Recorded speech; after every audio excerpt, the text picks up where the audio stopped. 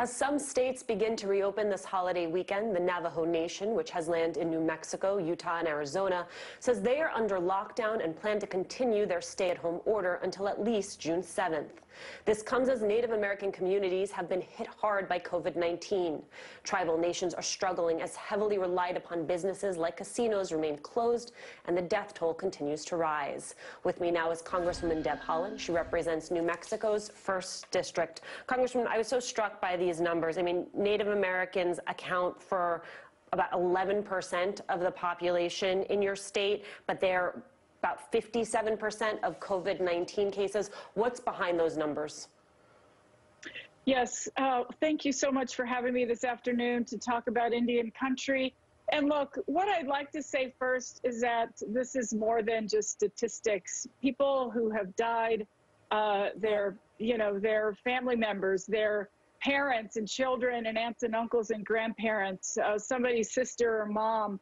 These are people who have lost their lives because of this virus. And yes, Indian country has been hit hard. I have mentioned many times, the U.S. hasn't lived up to its trust responsibility to tribes. So they start way behind the start line, right? Not enough infrastructure, no running water. Water's polluted, no electricity, no broadband internet service. And so you pile a pandemic on top of that in rural New Mexico and other rural parts of the country is very difficult to fight this. Some people, they need to drive 3 hours just to get to see a doctor or to a tribal clinic. And so, yes, people are dying. They need our help, and we of course are pushing this administration to make sure that they get it. What does that help look like?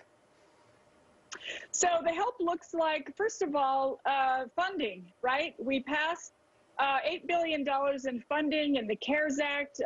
All of that money has not been dispersed yet. Tribes need that money so they can address their emergencies. We need the CDC and FEMA to come together and make sure that they are giving the help to tribes that they need. Several tribes and organizations raised concern about delays and lack of consultation from FEMA and the CDC.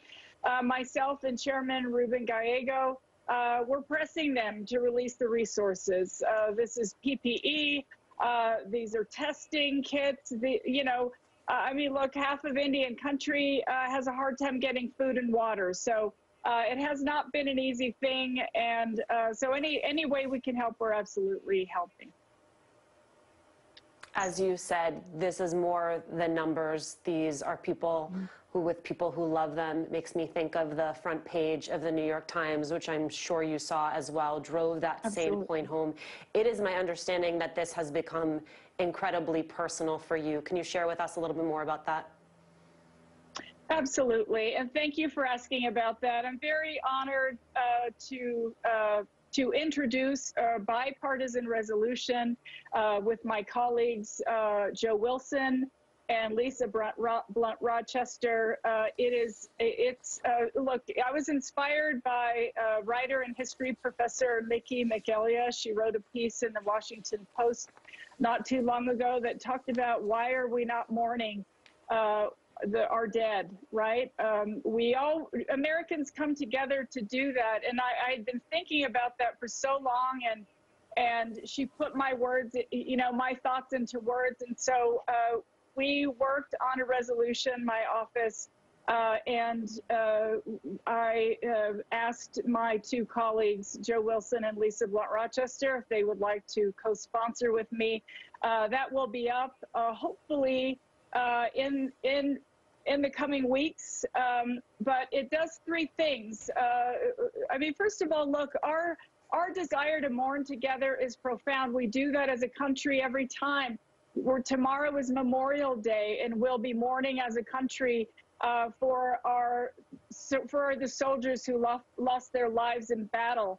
But we want to come together to ease the impact of this crisis. The resolution will say that we want to have a moment of silence on the floor of the House each day we open until this pandemic is past. We need a memorial once this pandemic is past, in a place to be determined where all of us can go and remember all those who we have lost, and know that the House of Representatives absolutely sends our deepest condolences to all the families who have lost their loved ones. This fight isn't over yet, and we will soldier on to make sure that we're doing everything we can to address this crisis. It's ongoing. It's definitely not over yet. And so we absolutely, at the same time we're mourning people, we really need to make sure that we're doing all we can to prevent more deaths as well. Congresswoman Haaland, thank you so much.